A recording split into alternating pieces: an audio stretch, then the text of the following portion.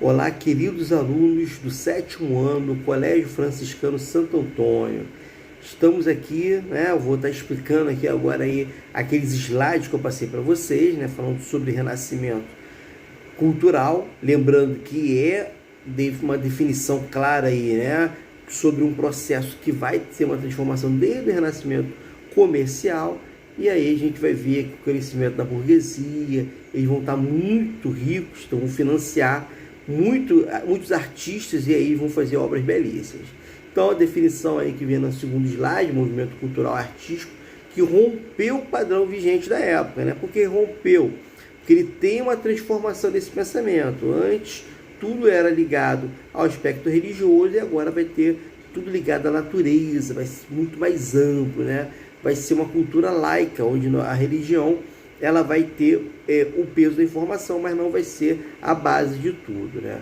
Acontece entre o século XIV e XVI, tá? Então a gente vai ver que é um movimento contínuo, que ele vai estar tendo uma transformação nesse período e vai ampliando e vai aumentando em outros lugares. Tá? No terceiro quadro que a gente tem no nosso slide, a gente tem aí, ó, o pensamento medieval e o pensamento renascentista, né? Então eu vou falar os principais. Primeiro aí, o pensamento medieval é o teocentrista, né? Deus envolvido em tudo. Tudo está envolvido em Deus. E o renascentista não que não acreditasse em Deus, né? Mas ele achava que Deus já deu a base para tudo e que cada um ele poderia agora seguir, desenvolver, discorrer sobre todo o processo. E isso aí cria um processo que antropocêntrico, ou seja, o homem no centro das suas decisões, tá? Falando sobre a questão ali da natureza, né? A natureza agora é belo, onde você tem que inserir o bonito, né? Sobre essas questões muito mais amplas, entre outras coisas, você tem que ter uma arte que engrandeça a pessoa, e isso aí que vai ser a grande procura, tá? Esse renascimento a gente vai ter o humanismo, a valorização do ser humano. O ser humano agora vai ser visto como aquele que tem a cultura, aquele que é o diferenciado, né, que vai ter essa transformação. O racionalismo, vamos procurar razão em tudo, né? O cientificismo, que vem junto com essa visão, porque você tem que criar ações científicas para ter essas razões racional. O empirismo, que é o experimentalismo, você vai experimentando cada uma delas ali. E com isso, né, esse desenvolvimento cultural, vai vir também o desenvolvimento urbano, né, e também você ter conhecimento de outras obras clássicas do mundo árabe, né, que era muito divergente da América, da Europa, desculpe, quando falava ali sobre a questão, por exemplo, medicina e outras coisas e tal. Ah, então muito bacana. E o surgimento do mecenato. O que é mecenato? Mecenato vem de mecenas, aquela pessoa que banca, aquela pessoa que financia. Quem está financiando as obras aí vem aí a classe burguesa. Então vem para a fase trecentista, né, que é de 1300, né, o século XIV. A gente vai ver aí principalmente as principais obras, elas vão vir da literatura, né? Vamos aí destacar o principal aí, que a gente vai falar aí sobre Dante, né, com a Divina Comédia. Ele vai criar um aspecto onde o ser humano vai ser a procura ideal, né? Então o que você vai entender ali sobre essa questão, sobre o que vai acontecer com suas ações, né? Então isso vai ser bem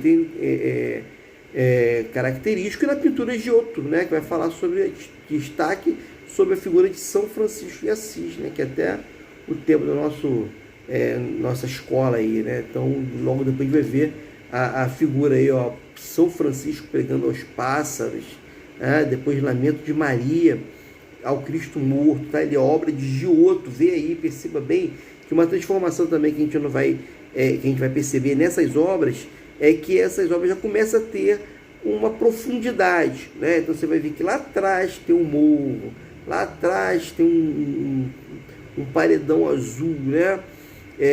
Então você começa a perceber que começa a obra a ter em duas dimensões, né? Chamado 2D. E aí você tem aí um novo padrão de arte, que antigamente isso não tinha concepção. Na obra de São Francisco pregando, você vai ver que lá atrás tem pequeno morro, tal, você tem aquela continuidade. Aqui no Lamento ante Maria morta, ante Cristo morto, você tem um outro monte ali, uma ladeira descendo, os anjos de cima, então você vê esse desenvolvimento, né?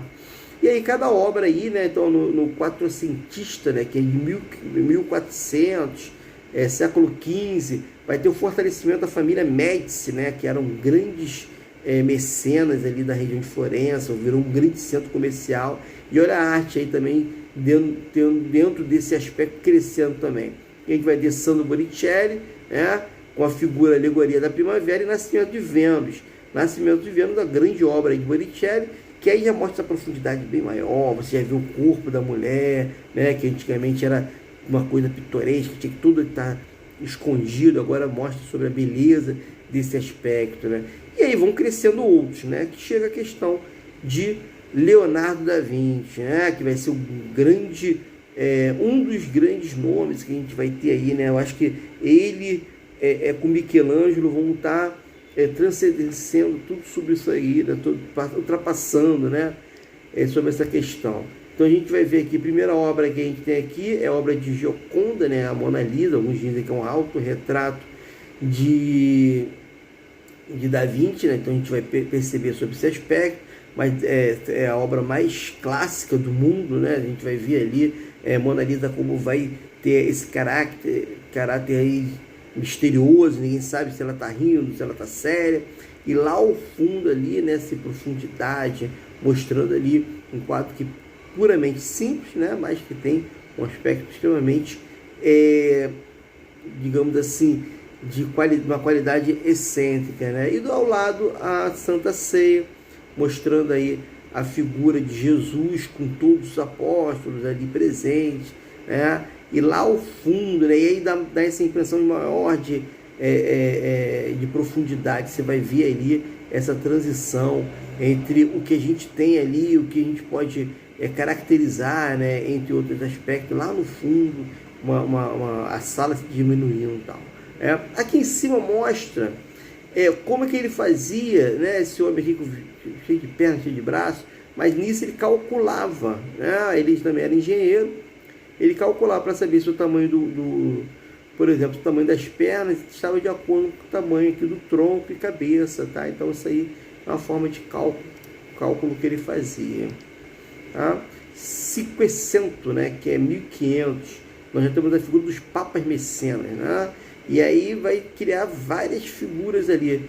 Característica principal, né, a gente vai ter Michelangelo e Rafael, que eram inimigos, né? Aí fica aí a questão de caras aqui, né? Aquele aspecto de caras aqui e tal. O Michelangelo sempre foi muito mais cortejado por todos ali, né? Sobre essa questão. E Rafael era meio invejoso nessas questões, apesar de ser um grande pintor, né? E aí ele queria, por exemplo, né? Teve a questão lá de se fazer a pintura de Moisés, e o Rafael queria fazer, né? Michelangelo recebeu o dinheiro para fazer, e aí Rafael também queria. Aí falou assim, não, deixa ele pintar a Capela Sistina, né? Tá ruim aquilo ali. Pensou, pô, ele não vai conseguir. Chegou lá, ele pinta a Capela Sistina de uma forma perfeita, e depois ainda faz Moisés aí, que é uma das obras mais perfeitas na visão do próprio Michelangelo. Inclusive essa obra ele chega a discutir com a obra, né? Entra numa paranoia, começa a discutir, porque ele achava que a obra deveria falar com ele, né? Para ter ideia de como que ele achou que a obra estava ali perfeita, era uma criação que poderia, de uma hora para outra, conversar com ele, tá? A obra de Rafael também, muito interessante, né? Casamento da Virgem, Escola de Atenas, né? Entre outras coisas. E Michelangelo, o gênio, né? Falando aí sobre Pietà, Moisés, Davi, a criação de Adão, né? Sobre essa questão toda. O renascimento cultural, né? Fala também que tem outros fatores, fortes fatores, a expansão marítima, né? Entre outras coisas. Na Inglaterra, nós juntamos como características Shakespeare, e Portugal, Luís Camões, e Espanha, Cervantes, né? Cada um aí com sua obra, todos eles aí voltados aí para o renascimento na literatura, tá? A gente vai ter basicamente aí grandes autores, né? Vão ser vai ser uma fase bem, digamos assim, propícia para o crescimento cultural. E aí, quando há basicamente essa transformação do gênero cultural, também incentiva a ciência, né? Então a gente vai ver, por exemplo, Copérnico, que vai criar a teoria heliocêntrica, que parece ser uma coisa assim que basicamente ali não vai ser normal para os dias atuais, mas naquela época achava que a Terra era o centro do universo, né? Então vai criar outra característica aí, né? Galileu Galilei confirma essa teoria e é condenado à morte sobre esse processo. A gente vai ver que ele aí tem enormes transformações. E aí também a figura de Giordano Bruno, né, que afirmou que a Terra não ficava estática e não era o centro, né, que também vai ser queimado lá na fogueira. Descartes, né, com seu antropocentrismo, vai transformar aí, né, no seu penso logo existo, mostrando que essa questão científica veio para transformar todos os padrões, inclusive da própria Igreja Católica, que se transformou daí em diante. O fator que vai dar uma esfriada nesse processo renascentista, por um controle muito grande, vai ser a questão da reforma protestante, que a gente vai estudar na próxima aula. Tá legal? Água e sabão, lavem bem as mãos, não falta álcool em gel. Um grande beijo no coração, até a próxima.